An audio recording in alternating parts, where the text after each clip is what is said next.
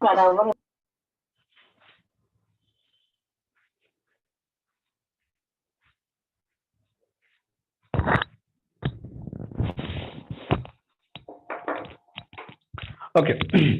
আমরা কোথায় ছিলাম? আমরা ছিলাম যে যখন এই ব্যক্তি মানে আরেক ব্যক্তির দিকে, বা যদি মনে হয় যে এই ব্যক্তি এদিক যাচ্ছে, ঠিক আছে, তাহলে সেক্ষেত্রে হচ্ছে কি কমলে আমরা বিয়োগ করতেছি, এর থেকে এটা বিয়োগ করেছি, এই আর কি। আচ্ছা, আর এখানে হচ্ছে তাহলে এখান থেকে কত আসছে? টোটাল 7, ঠিক আছে, বাড়ছে যোগ, মনে রাখবেন বাড়লে যোগ মানে বাড়তেছি আর কি, আর এটা হচ্ছে কমলে বিয়োগ, তাই এই করে দিচ্ছি, এই হিসেবে মনে রাখবেন। আচ্ছা, এটা আমাদের লাগবে কিভাবে সেই জায়গাটা আমরা একটু দেখা দিই। কোথায় লাগবে?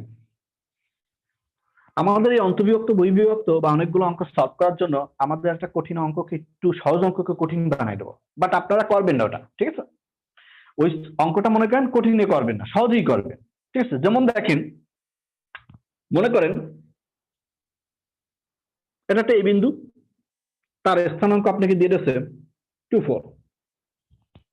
এটা একটা এ বিন্দু, বি বিন্দু, তার স্থানাঙ্ক আপনাকে দিয়ে দিচ্ছে কত? 6, 6 মনে করেন। এই দুটা স্থানাঙ্ক আপনাকে বলে দিচ্ছে। আচ্ছা, এখন আপনাকে বললো যে এর মধ্যবিন্দুর স্থানাঙ্ক কত, এবি সরলরেখার মধ্যবিন্দুর স্থানাঙ্ক কত, বা এর সমদ্বিখণ্ডক বিন্দুর স্থানাঙ্ক কত, এরকম কথা বলতেছে।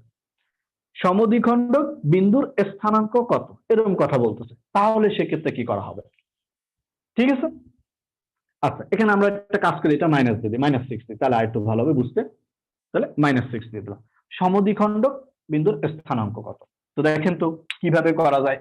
তো আপনি তো এরকম করবেন 2 + 6 / 2, তাহলে আসে কত? 2 + 6 / 2 দিলে আসে 8, 4, তাহলে এই বিন্দুর স্থানাঙ্ক কত? 4x, আর এটা প্লাস এটা /2, তাহলে -1, তাহলে পাইয়ে গেছেন কত? 4, -1। আপনি করেন, আপনাকে মানা করবো না যে আসলে আপনি এভাবে করবেন না, ঠিক আছে? এভাবে করবেন যখন পাবেন, কিন্তু বাট আমাদের তো আমরা এই অঙ্ক থেকে আরেকটা অঙ্ক করবো, ঠিক আছে? তো সেটাকে করতে গেলে আগে কঠিনটাকে একটু সহজটাকে কঠিন বানাই নিয়ে কাজ করি, তাহলে মনে করেন ওই অঙ্কগুলো আরো ইজিলি বোঝা যাবে। তো দেখেন, তো এ কয়টা অনুপাতে বিভক্ত হয়েছে? এখানে 1:2, আর এখানে কত? 1:2, 2 ভাগে বিভক্ত হয়ে গেছে। ওকে, তো এবার আমরা যাই যে 2 থেকে 4 এদের মধ্যবর্তী দূরত্ব কত? 2 থেকে 4 মধ্যবর্তী দূরত্ব কত? আমরা কিন্তু ওই যে আগের থেকে বলেছিলাম যে মধ্যবর্তী দূরত্ব কত। তাহলে দেখেন তো এর মধ্যবর্তী দূরত্ব, আপনি 6 থেকে 2 বিয়োগ করেন, কত আসে? 4, তাহলে মধ্যবর্তী দূরত্ব 4। আপনি দূরত্বকে ঘর পাইছেন কয়টা? 2টা, তাহলে 2টা দ্বারা ভাগ করে দিয়ে দেন, ঠিক আছে? এই টোটাল দূরত্বকে 2টা দ্বারা ভাগ করে দিচ্ছেন, ঠিক আছে? তাহলে কি আসতেছে? 2 আসতেছে, এই পাই গেলাম। x এর জন্য 2, তাহলে এইটুকের এল এক ঘর, তার দূরত্ব কত? 2, তাহলে 2 গুণ করলে কত আসে? 2। এ হচ্ছে এইটুকের ঘর 2, তাহলে 2 গুণ করলে কত আসে? এই 2, পেয়ে গেলাম, ঠিক আছে? এবার হিসাব করি, 2 থেকে 6 বাড়ছে না কমছে? বাড়ছে, বাড়লে যোগ, মনে রাখবেন যদি বাড়ে তাহলে যোগ করবেন, যদি কমে তাহলে বিয়োগ করবেন, হলো কথা। 2 থেকে 6 বাড়ছে না কমছে? বাড়ছে, বাড়লে যোগ। ওকে, তাহলে আমরা যোগ করি, 2 এর সাথে এখানে কত? 2 না, যোগ করলে কত আসে? 4, 4 এর সাথে 2 যোগ করলে কত আসে? 6, এই যে 6 হয়ে গেল, ঠিক আছে? তাহলে এটা x এর কাজ। এবার y এর কাজটা দেখি। y এর ক্ষেত্রে আমরা যাই 4 থেকে 6 -6, এদের মধ্যবর্তী দূরত্ব কত? ভালো করে হিসাব করেন তো, মধ্যবর্তী দূরত্ব কত? 4 থেকে 6 বলছিলাম, কিন্তু যদি যেহেতু বিয়োগ হয়েছে, ঠিক আছে, সেহেতু মনে করেন এদের ভিতর কিন্তু যোগ হয়ে যায় কিন্তু, তাহলে মধ্যবর্তী দূরত্ব কিন্তু 10 বোঝাচ্ছে, 10, ঠিক আছে? মধ্যবর্তী দূরত্ব আসতেছে কত? 10। তাহলে কিভাবে 10 আসে? যে আপনি হিসেব করেন, আপনি যে সরলরেখায় কিন্তু ফার্স্টে দেখাইছিলাম যদি কমে তাহলে বিয়োগ করবো, তাহলে এই -4 এই -6, তাহলে কত আসে? 10 না? মধ্যবর্তী দূরত্ব কিন্তু 10 আসে, ঠিক আছে? আচ্ছা, তো তাহলে সেই দূরত্বকে ঘর আছে কয়টা? এখানে একটা ঘর, এখানে একটা ঘর, 2টা ঘর, 2টা দ্বারা ভাগ করলাম, তাহলে কয়টা পেলাম? 5, ঠিক আছে? তাহলে এই যে 5 পাইছি না, এবার এই 5টা এখানে যাবে, তাহলে 1 ইন্টু এখানে টোটাল 1 খণ্ড ছিল, তাহলে 1 খণ্ডের সাথে 5 গুণ করি তাহলে কত 5, এখানে টোটাল কত 1 খন্ড, তার সাথে 5 গুণ করি তাহলে কত আসে 5। এবার আমরা চলে যাই যে এবার দেখি 4 থেকে -6 বাড়ছে না কমছে? কমছে। কমলে কি বিয়োগ? তাহলে দেখেন তো এই যে 4 পাইছি, তাহলে 4 থেকে 5 বিয়োগ করেন কত আসে? 4 থেকে 5 বিয়োগ করেন,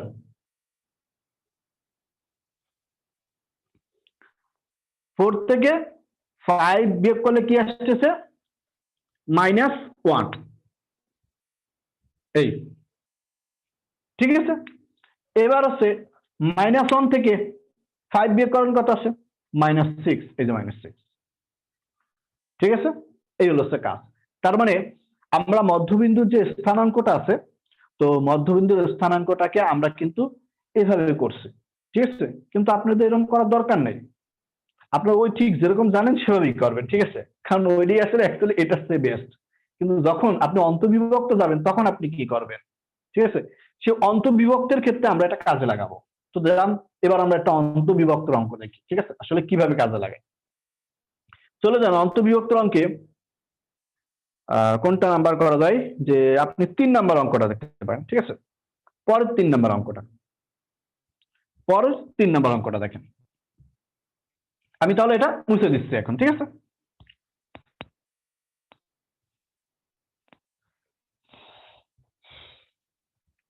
আমি প্রথম 3 নাম্বারটা করতেছি না, কারণ এখানে সব পজিটিভ আছে এই জন্য, ঠিক আছে। আর এখানে একটু নেগেটিভও আছে এই জন্য মনে করেন সেকেন্ড 3 নাম্বারটা করতেছি।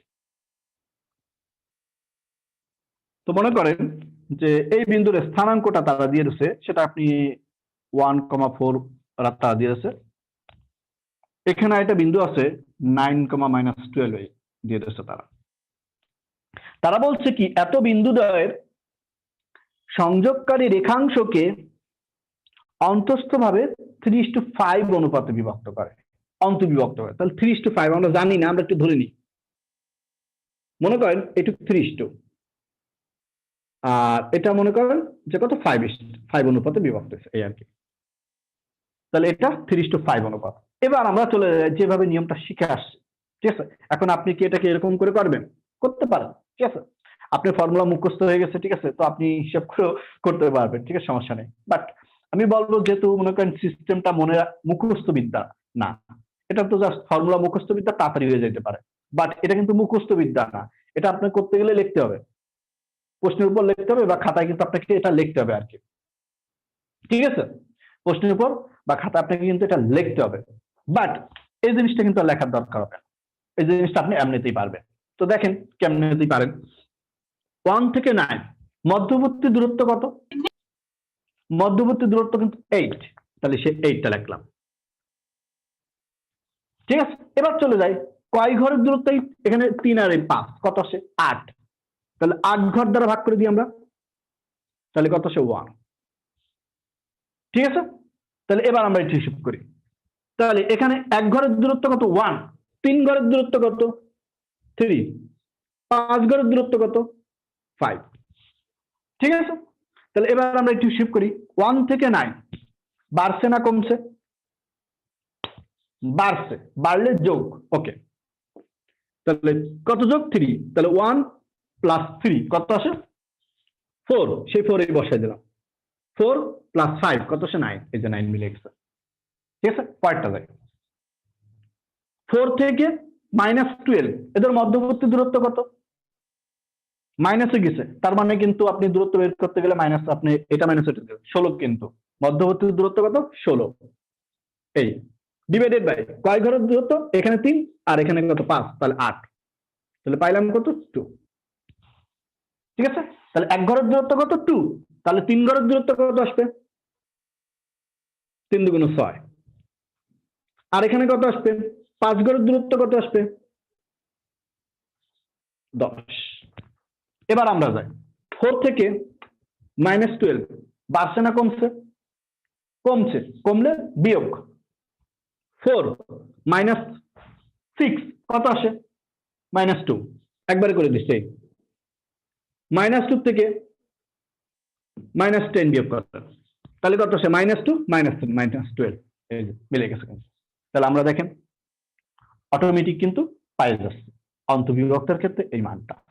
ঠিক আছে, তাহলে এখানে আপনি একটু ভালো করে মনে রাখতে পারেন যে এটা হচ্ছে দূরত্ব আর এটা হচ্ছে ঘর। ঘর, তাহলে দূরত্ব কোনটা? এই যে এখান থেকে এইটুকু দূরত্ব। আর ঘর কোনটা? এখানে 3 ঘর, এখানে 5 ঘর, সেটা হচ্ছে দূরত্ব বাই ঘর দ্বারা ভাগ করা হয়েছে। তাহলে এই হলো অঙ্কগুলো সব এরকম করে। এবার আমরা যাই 3টার ক্ষেত্রে কিভাবে করা হবে। এখন আপনাকে একটা বললো যে একটা সরলরেখাকে সমত্রিখণ্ডক বিন্দুতে যদি বিভক্ত করা হয় তাহলে এই সমত্রিখণ্ডক বিন্দুর স্থানাঙ্ক কত। ঠিক আছে, তাহলে এখন আমরা একটু দেখে আসি যে এই ফর্মুলাটাই অ্যাপ্লাই করে কাজ করে আসি সেখানে।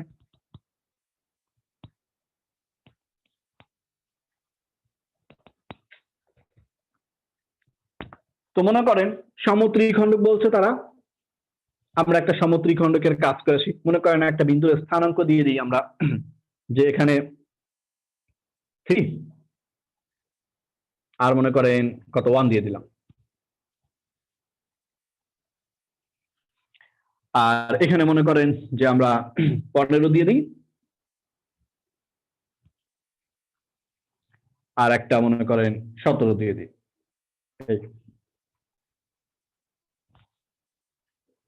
ঠিক আছে, 17 না, কোন একটা মান মনে করেন কত দিয়ে 19 দিয়ে, তাহলে হয়েছে আর কি।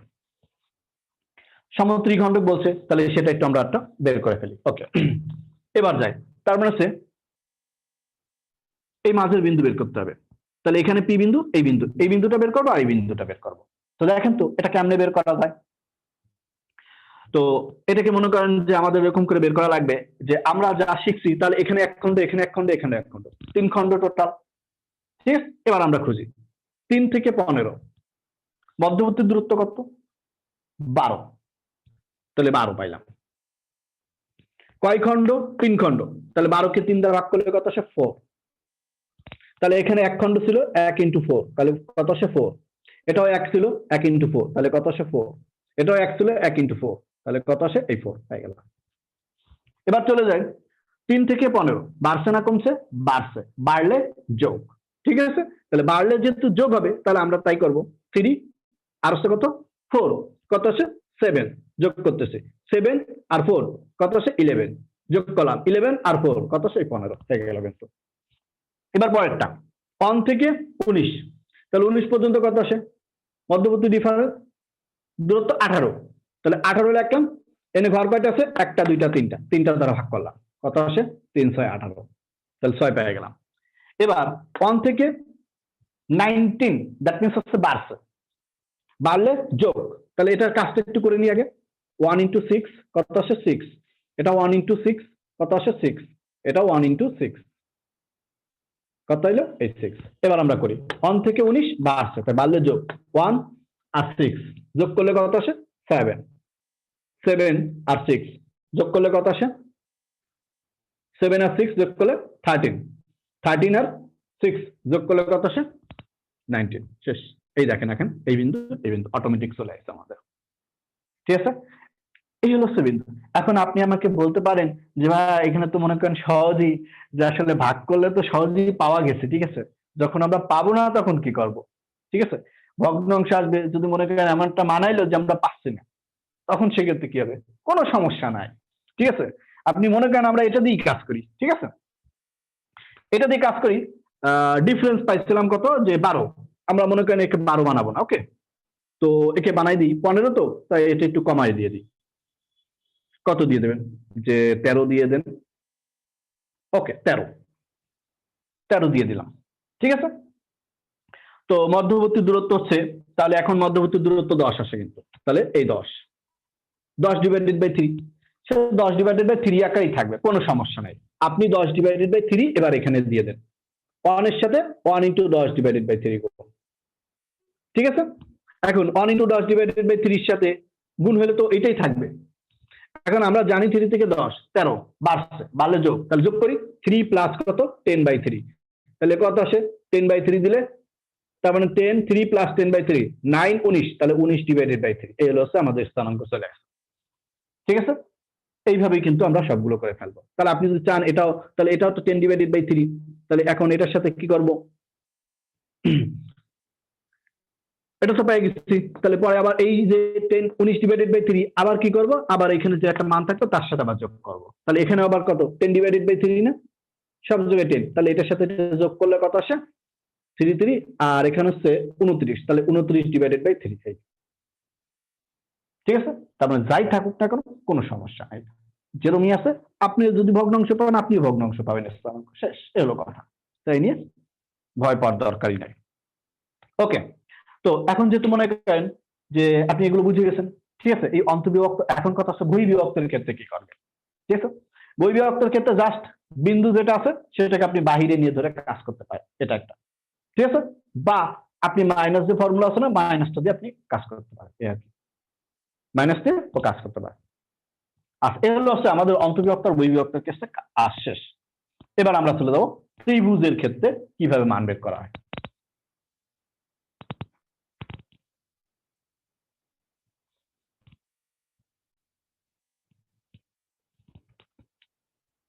মনে করেন যে একটা ত্রিভুজ,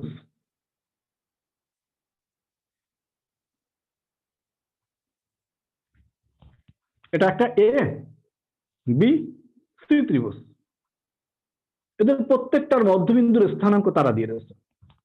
মনে করেন 1, -2, 3, 4, 6, 7।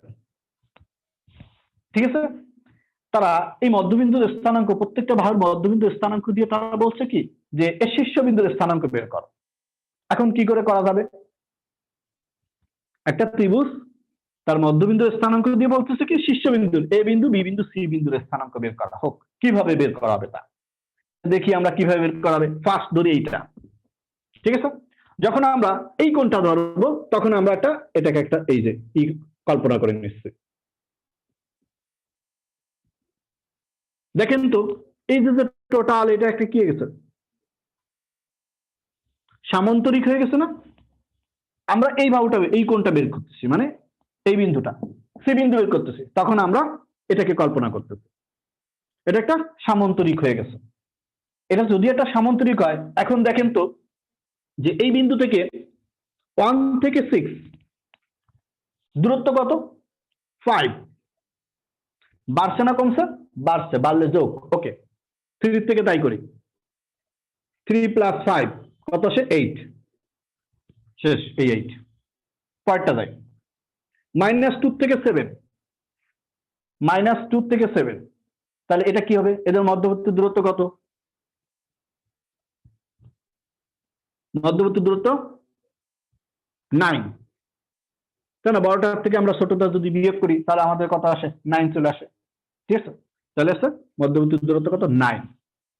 আচ্ছা, তো বাড়ছে না কমছে, এটাও বাড়ছে, বাড়লে যোগ, তাহলে আমরা তাই করি, তাহলে 4 + 9 কত আসে, 30। এই হলো আমরা বিন্দু স্থানাঙ্ক পাই গেছি। ঠিক আছে, এখন আপনি আমাকে বলতে পারেন যে এভাবে কেন ধরছি, চাইলে এভাবে তো ধরা যায় তো। ওকে, এভাবে ধরি, এবার এভাবে ধরে দেখি, 1 থেকে 3, আগে তো এভাবে ধরছি, এবার এইভাবে 1 থেকে 3 মধ্যবর্তী দূরত্ব কত, 2, বাড়ছে, বাড়লে যোগ, তাহলে 6 এর সাথে 2 যোগ করেন, 6 এর সাথে 2 যোগ করলাম, তাহলে 8 আসে, এই যে 8। পরেরটা -2 থেকে 4 মধ্যবর্তী দূরত্ব কত, মধ্যবর্তী দূরত্ব মানে কিন্তু বাড়ছে, এটাও 6।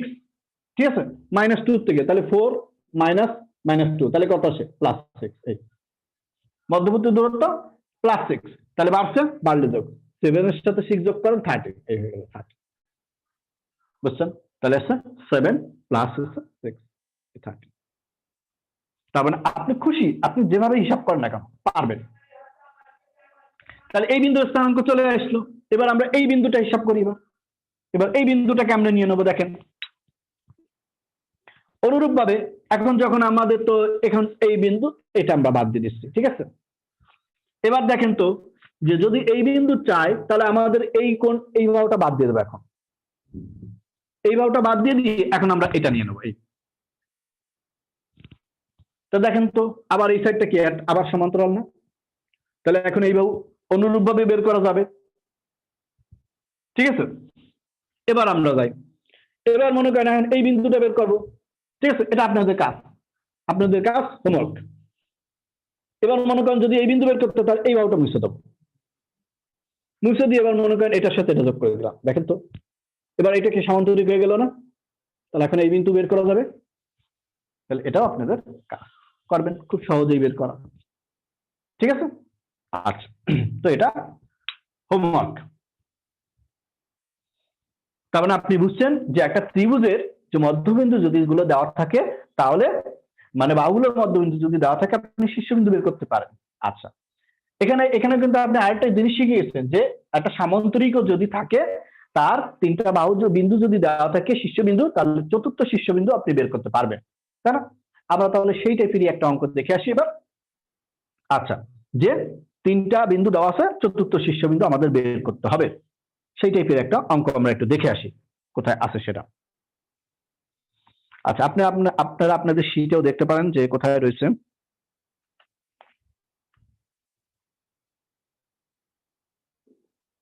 হ্যাঁ, আপনারা দেখতে পারেন নাম্বার 32 নাম্বারটা, আপনাদের শীটের 32 নাম্বারটা দেখেন, তাহলে এটাও সেই সামান্তরিকের ক্ষেত্রে আরো সহজ হয়ে যাবে।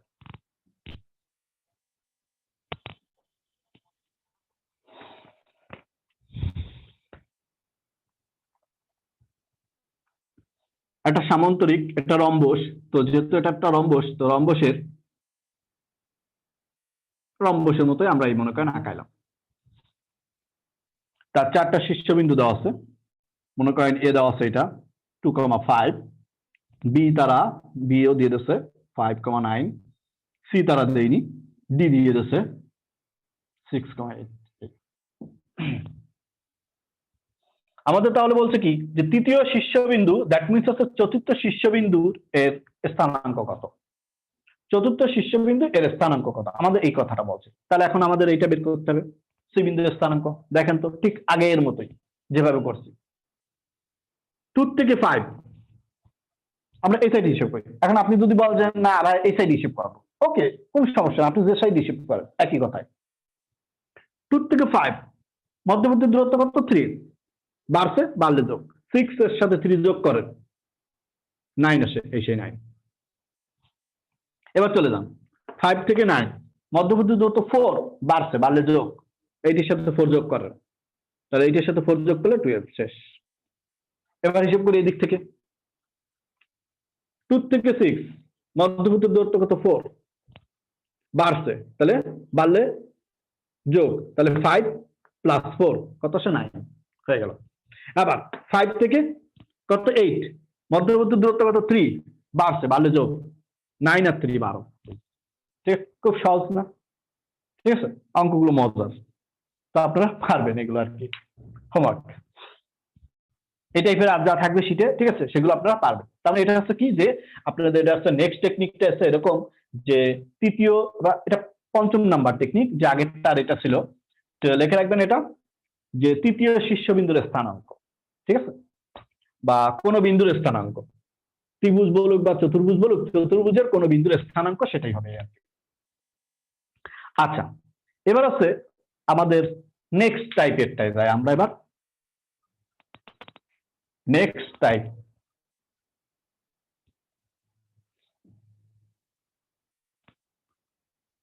Technique number 5।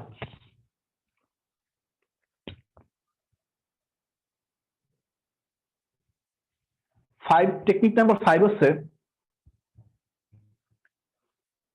অক্ষের সাপেক্ষে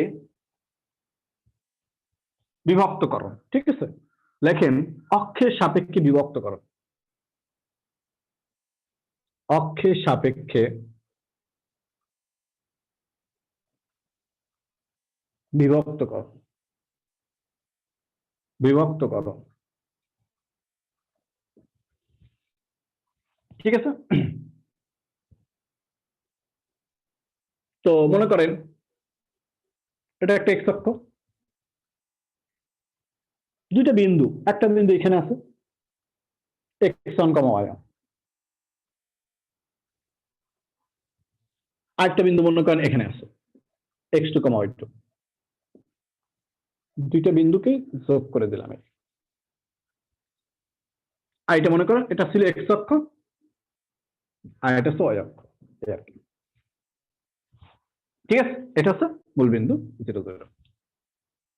তো তারা আমাদের বলতেছে যে এটা মনে করেন যদি আপনি এটার নাম এ বিন্দু দেন, এটা যদি এ বি বিন্দু দেন, তো তারা বলতেছে এবি সরল রেখাটি এক্স অক্ষকে কত অনুপাতে বিভক্ত করে, এলো প্রশ্ন। এবি সরল রেখাটি এক্স অক্ষকে কত অনুপাতে বিভক্ত করে, তার মানে এই যে বিন্দুটা পাইছি এই বিন্দুটা কত অনুপাতে বিভক্ত হয়েছে। তাহলে আমরা ধরে নিই যে এইটুকু হচ্ছে M1 অনুপাত আর এইটুকু হচ্ছে কত M2 অনুপাত। ঠিক আছে, এবার আমরা একটু কাজ করি, দেখেন তো এই বিন্দু থেকে এর উপর একটা লম্ব টানলাম, এই বিন্দু থেকে এর উপর একটা লম্ব টানলাম,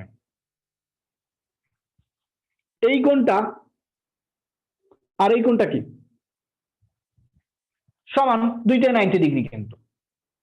এবার এই কোণটা আর এই কোণটা কি নিশ্চয়ই সমান, কারণ এটা বিপরীত কোণ। আচ্ছা, এটা একটা ত্রিভুজ, এটাও একটা ত্রিভুজ, তা দুইটা ত্রিভুজের দুইটা কোণই যদি সমান হয় তাহলে অপর কোণ কি সমান হতে বাধ্য, তাহলে এই কোণটা আর এই কোণটা কি সমান হয়ে যাচ্ছে অটোমেটিকই। ঠিক আছে, তাহলে অপর কোণ সমান হতে বাধ্য। আচ্ছা, তাহলে এই ত্রিভুজগুলোকে বলা হয় কি সদৃশ্যকোণী ত্রিভুজ।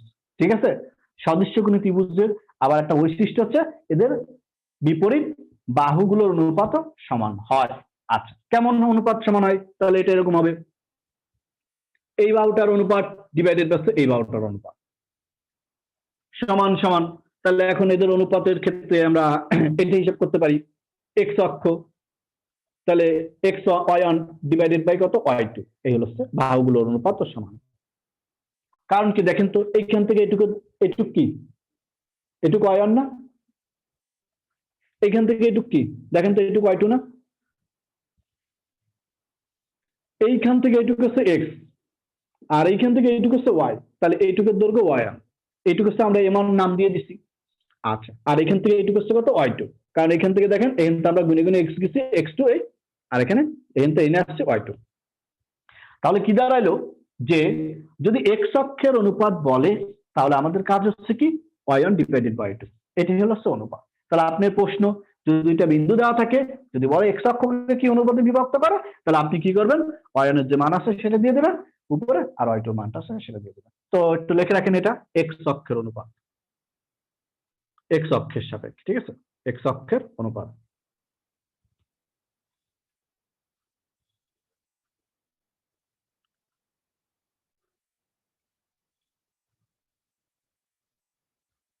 পরেরটা y অক্ষের, তাহলে এটা নিশ্চয়ই বিপরীতটা হবে। এক্স অক্ষের জন্য যদি এটা হয় তাহলে y অক্ষের জন্য কি হবে x1 ডিভাইডেড বাই x2, শেষ। এবার আমরা এই টাইপের একটু অঙ্ক দেখি, এটা অক্ষের সাপেক্ষে যেত। তো এই টাইপের অঙ্ক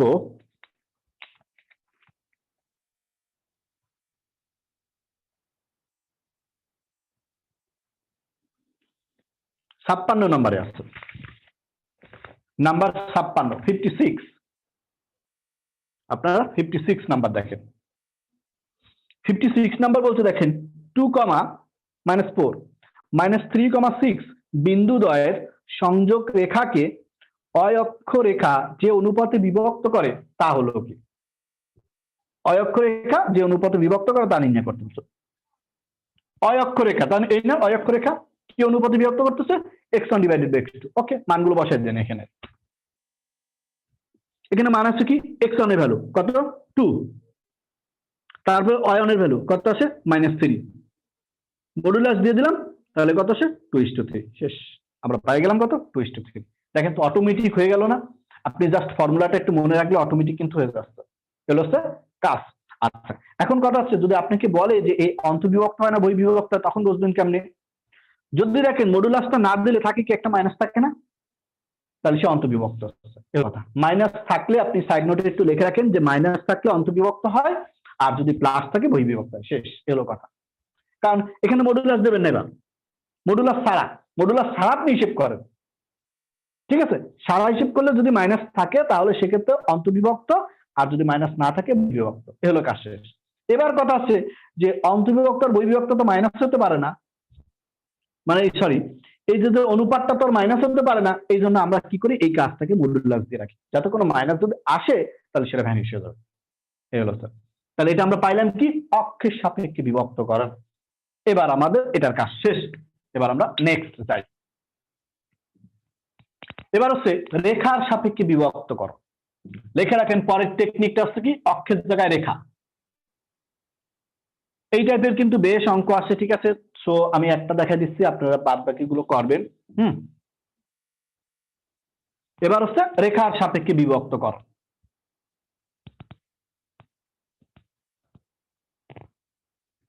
রেখার সাপেক্ষে বিভক্ত কর, আপনি টেকনিক নাম্বার যদি 6 দিতে চান তো দিতে পারেন।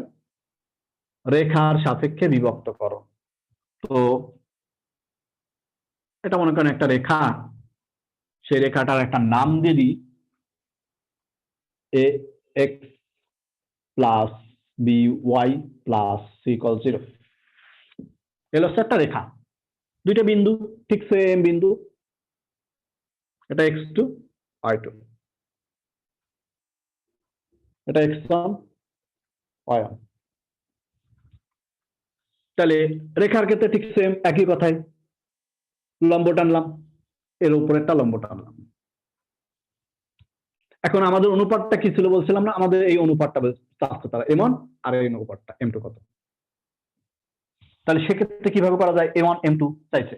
এবার দেখেন তো এখান থেকে এইটুকুর দৈর্ঘ্য কত, এখন কি আপনি বলতে পারবেন যে এখান থেকে এইটুকুর দৈর্ঘ্য y1? আপনি কিন্তু এখন বলতে পারবেন না, কারণ এটা কিন্তু অক্ষ নাই, x অক্ষ y অক্ষ নাই, এটা কিন্তু রেখার সাপেক্ষে। দ্যাট মিন্স হচ্ছে এই রেখার সাপেক্ষে, এখন কিন্তু এটা বলা যাবে না, ঠিক আছে। তো আমাদের কাজ হচ্ছে কি, এই বিন্দু থেকে এই সরলরেখার উপর লম্ব দূরত্ব বের করবো। তাহলে ওই বিন্দু থেকে কোনো বিন্দু থেকে সরলরেখার উপর লম্ব দূরত্বটা কিন্তু এরকম হয়, a x1 plus b y1 plus হচ্ছে c ইকুয়াল 0। তাহলে 0 না এখানে, ঠিক আছে, ডিভাইডেড বাই হচ্ছে root over a square b square. L হচ্ছে লম্ব দূরত্ব, মডুলাস থাকে প্লাস থাকে ভ্যানিশ হয়ে যাবে মাইনাস থাকলে। আচ্ছা ঠিক সেম এটার ক্ষেত্রে তাই লাগবে আমরা, তাহলে আপনি একটা মডুলাস দিতে পারেন, এলো মডুলাস। এবার এই বিন্দু থেকে এই সরলরেখার উপর লম্ব দূরত্ব, তাহলে এটা এরকম হবে a x2 প্লাস হচ্ছে b y2 আর হচ্ছে plus c a square plus b square. এর হচ্ছে কিন্তু লম্ব দূরত্ব ফর্মুলা, ঠিক আছে।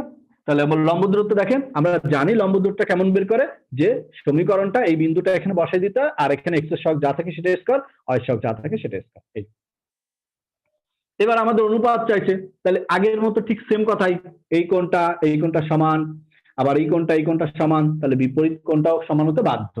তাহলে এটা সদৃশ্যকোণী ত্রিভুজ, আর সদৃশ্যকোণী যদি ত্রিভুজ হয় তাহলে এদের বাহুগুলোর অনুপাতও সমান হবে। তাহলে m1 ডিভাইডেড বাই কত, m2 সমান সমান এইটা ভাগ এইটা।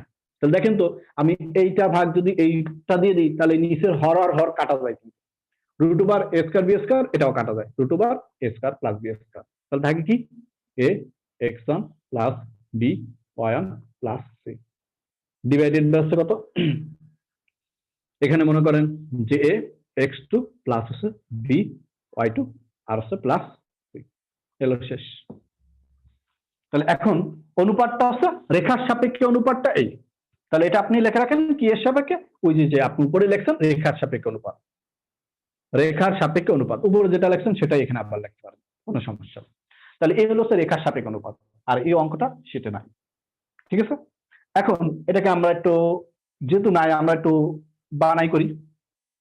মনে করেন 2x প্লাস 3y প্লাস 1 0, এই হলো রেখা। বিন্দুর স্থানাঙ্ক কি নেওয়া যায়, 1,2 এই মনে করেন, এটার বিন্দুর স্থানাঙ্ক 0,1। এবার আমরা একটু করে ফেলি কি আসে দেখি। আমাদের তো আর এই সমীকরণ লাগবে, অত কিছু তো আর ক্যালকুলেশন করা লাগবে না, আপনার শুধু এই ক্যালকুলেশনটা কিভাবে আসছে সেটা আপনাদের ফর্মুলা দিচ্ছে, আপনারা শুধু এটা মনে রাখলেই হচ্ছে, আর এটা মনে রাখবেন টেকনিকটা, নিয়মটা মনে রাখলেই হচ্ছে। আচ্ছা ওকে, তাহলে এর ভ্যালু এ তো এখানে আছে সমীকরণ 2 ইন্টু এক্স, প্রথমটা x1 এর মান কত 1, তাহলে 1 করলে তো 2 হয়, বি 3 y এর মান কত 2, তাহলে 3 যদি গুণ করি তাহলে আসে কত 3 দুগুণ 6 প্লাস 1 ডিভাইডেড বাই, এবার এটাই যায় 2, x এর ভ্যালু কত 0, তাহলে 0 বসালে এটা 0 হয়ে গেল, বাদ, তাহলে এটা কয়টা বি 3 1, তাহলে এটা কত আসছে 3 a প্লাস 1, তাহলে এখানে আসলো কত, তাহলে উপরে আমরা পাইছি 9/4, তাহলে কত অনুপাতে বিভক্ত হয়েছে 9:4 অনুপাতে বিভক্ত হয়েছে, বুঝছেন? তাহলে এটা হচ্ছে কি 9:4 অনুপাতে বিভক্ত, তাহলে এইভাবে হচ্ছে এটা হচ্ছে রেখার সাপেক্ষে। তাহলে আমরা আগেরটা শিখছি কি, এবার আমরা আরেকটা আছে তো সেটাও শিখে আসি। এবার যাই আমরা বিন্দুর সাপেক্ষে বিভক্ত করো, এটা মুছে দিচ্ছি। তাহলে এবার হচ্ছে বিন্দুর সাপেক্ষে বিভক্ত করো।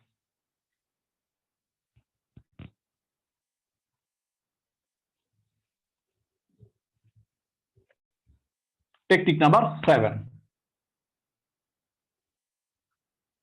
বিন্দুর সাপেক্ষে বিভক্ত করো। ওকে, তো চলে যাই বিন্দুর সাপেক্ষে। যেহেতু মনে করেন যে বিন্দু তো আমাদের এক্স আর ওয়াই একটু আঁকায় রাখি, তাহলে বিন্দুটা আরো ভালো হয় দেখতে।